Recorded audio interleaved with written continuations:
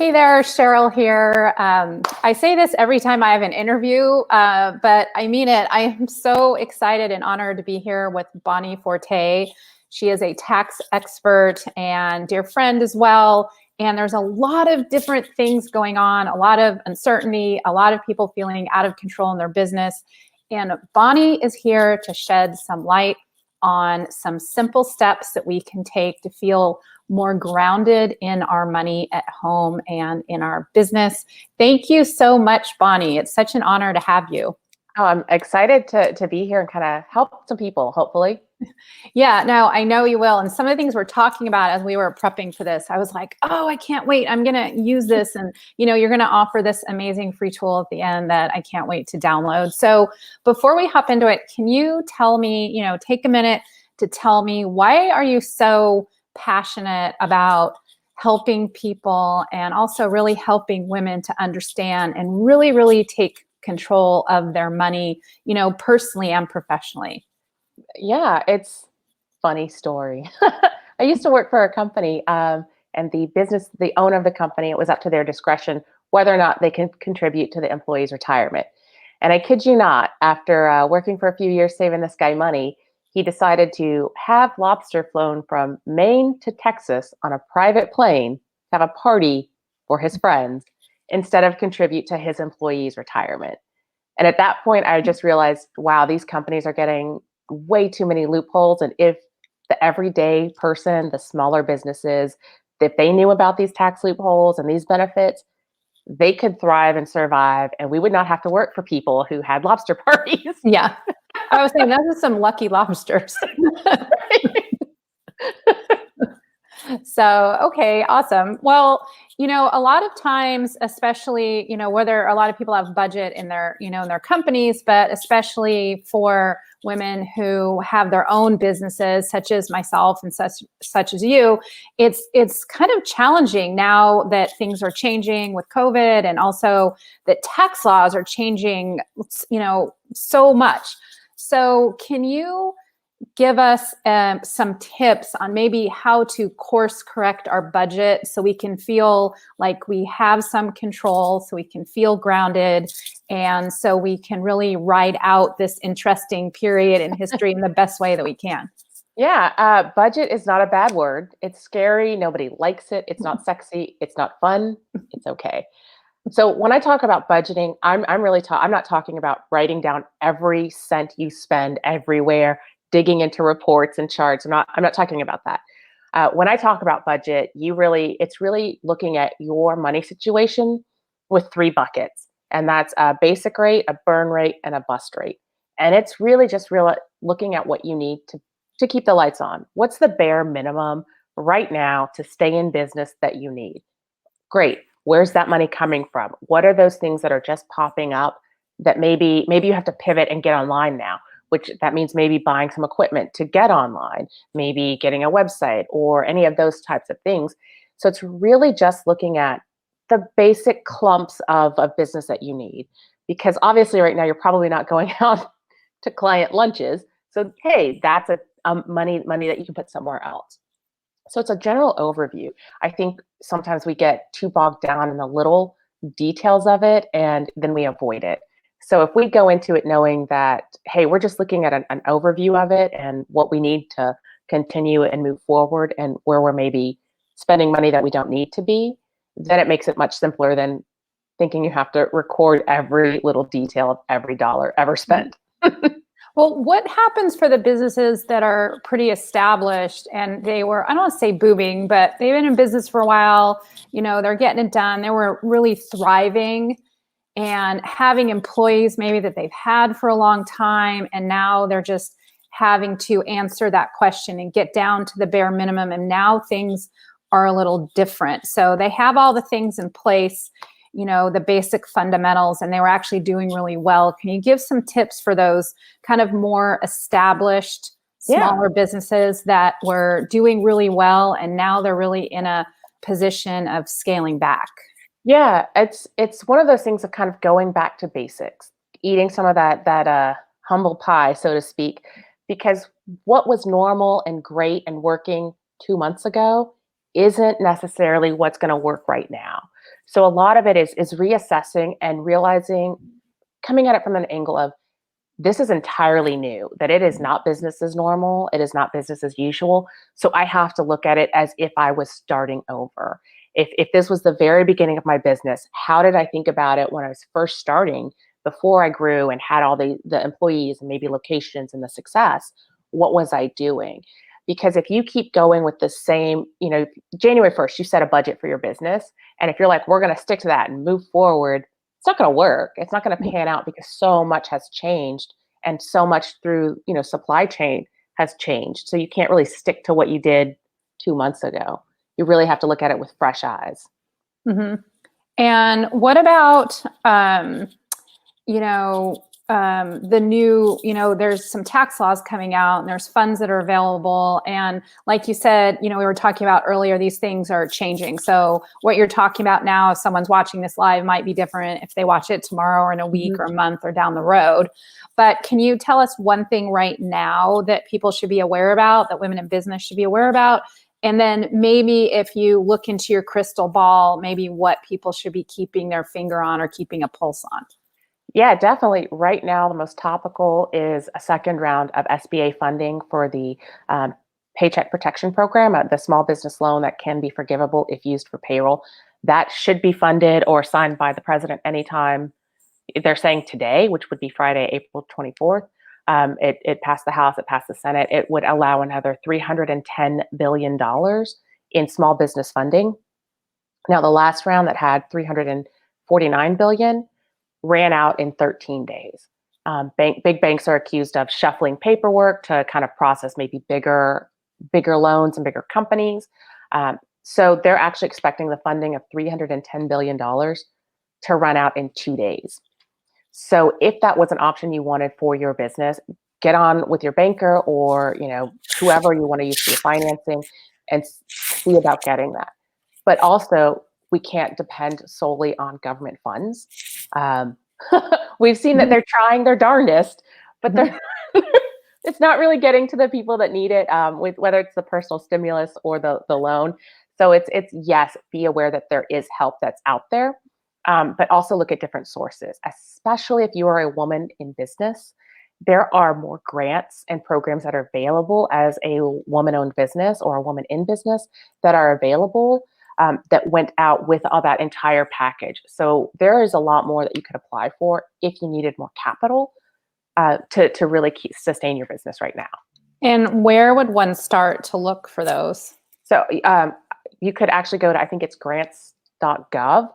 There's a link on my website to a whole sheet that we put together of different grants and stuff, things that are available. But there are a ton. You could literally just Google your city and woman COVID-19 business help, and things will populate. And look for it in your state, your city, and also your county, because that has been a huge. So much has gone to local municipalities to figure out the best possible use. And if you happen to be a woman who is also a military vet, there are even more programs that are out there to help you. So that is really huge. So if you're a military vet, or be sure to check, nationwide, but all the way down to our counties. I wouldn't have Yes. thought of that. So thanks for bringing that up.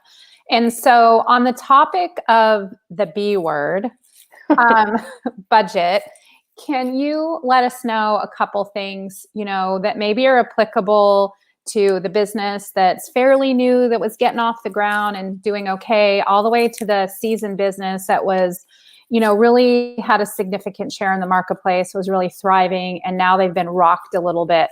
Yeah. So can you give us, some concrete things that after this we can kind of go back and do our homework and course correct a little bit? Yeah, the biggest impact to budgets right now is going to be your taxes for any business, whatever level of business you are, whether it's you're a sole proprietor and you file a Schedule C, all the way up to corporate levels with employees. The IRS is being very nice right now with their compliance and regulations and tax credits. So there's a lot of opportunity to recoup some of those costs and not have to pay them with taxes, to get either more deductions in your business, or if you're pivoting, there is a lot of things that you can do with a Section 179 deduction to take that all right now. So you invest in your business and get it back as taxes. So it offsets it to really improve your budget. So that's the biggest impact. Yes, go through and see where you can maybe trim the fat, see what's accessible, what's not. But knowing that there's a lot of deductions that are out there, that's going to be the Mhm. biggest impact. Okay, so deductions, assess those. Okay, Yeah. awesome. Yeah, because I have to say that I'm pretty in tune with what's going out and what's coming in, but deductions not so much. So it might be really worthwhile to have a conversation with your tax professional or to reach out to you, which I've done many times, and I'm sure you've been an amazing resource. And so, is there anything that you can leave everyone with? I know you have a wealth of resources on your website, but people are feeling a little overloaded. If there's one thing that you could, offer them or a tool, what might that be? So definitely a tool is easy budget basics so that it's not complicated or overwhelming and you don't feel afraid of the money and numbers aspect of it. But honestly, just remember why you started. Whatever level of business you're in, or even in your career, remember why you chose that career or why you started that business. Because right now is when it's easy to quit. And what we need now is strong people, especially women, stepping up and saying, "I've got this. My business is going to Mhm. make it." So tying back to like why you got into it in the first place is going to keep you going. It's that little bit of a happy momentum feeling that's going to Mhm. be like, you know what, they need me right now. Yeah. No, that is so important. That's a conversation I have with folks all the time. And I know you have a wealth of resources on your website. What can people go find there that might help them out? Lots of things. There's a list of grant programs, and they're both private and government funded grant programs. I'm not associated with them. You can find a budgeting tools. You can find a workbook that helps you kind of figure out what deductions there are. If you're Schedule C, you can also find links to my accounting, bookkeeping, and tax firm, and then also some DIY software if you just don't even want to deal with it. You want to do it yourself. So there's everything that you could possibly need for any level of your business to do with money. Yeah. Okay, awesome. And then finally, I want you to help. I know that you developed an app, and this could be really helpful. So, can you just take a minute to share, who this is for and who it might really help? Yeah, this app is my it's my I call it my passion project. There's a huge segment of people that are mostly ignored by the accounting professionals and the accounting industry.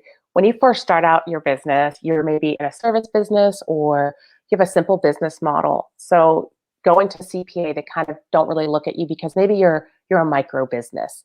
So the app is for anyone who gets a 1099 that's just starting out in whatever they're doing in their business or side hustle that they want to grow. So it's for anyone who files a Schedule C, or if you don't know what that is they get a 1099, or they've started their own business. They're a sole proprietor. So it lines up with the taxes, all of the confusing chart of accounts and journal entries, and you don't see any of that. You see money in, money out, and it's completely simple tracking so that if you're getting a 1099, so if you're somebody like maybe during this crazy thing that's happening, you have started doing shipped grocery deliveries or Instacart, you've hopped on one of those, you just have this side gig temporarily, well, you're going to get a 1099. And you could either pay taxes on the full amount or learn about some deductions and pay less in taxes and keep some of that extra money you're earning. So it's really for that market segment that is just starting out in business so that they can learn a little bit and know that they're going to be able to keep some of the money they earn.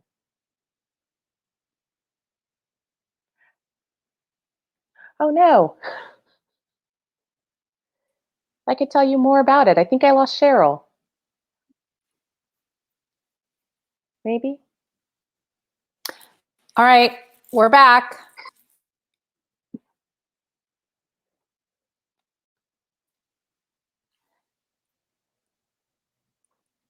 All right, I think we're back. Little technical difficulty, but we're good. Um, So we were just talking about your app, and it seems like it is for folks that are starting up a side hustle or just getting started in their business to keep it simple, money in, money out. That is something that actually even I can handle, that accounting. So I am forever grateful that you created that. And so just to recap, we were talking about how to get rooted in your business, why you really started in the first place, how to reassess a budget. And also we talked about a couple of the most important things that are out there now as far as the SBA funding for, and especially for women and women in the military. So is there anything in like specific or that is most important for you to leave everyone with? Yeah, it's just money. I know it's hard to say, and it's all stressful right now, and there's so much with people on unemployment, on furlough, on businesses suffering, that the money is, yeah, it's important, but it's just money. Your family, your friends, your customers, your clients, those are what really matter. So as long as you're focusing on making sure that they're all okay, the money is okay. You can, it's not the most important thing in your world. Yeah. Well, thanks so much, Bonnie. These things that you talked about are really helpful, as well as the resources. If you are interested in the wealth of resources that Bonnie was talking about that are for free on her website, you can go to bonnieforte.com. You can see it scrolling down there below. And Bonnie, thanks again. You have been so helpful to me personally. And I know you spend a lot of time and a lot of hours, going through and listening to webinars and really truly understanding all the fluidity and what's changing, and you're really on top of it. So thank you for being a personal resource to me and also for sharing with the community. Of course. Thanks for having me. It's been awesome. Okay. Talk to you next time. Bye. Bye.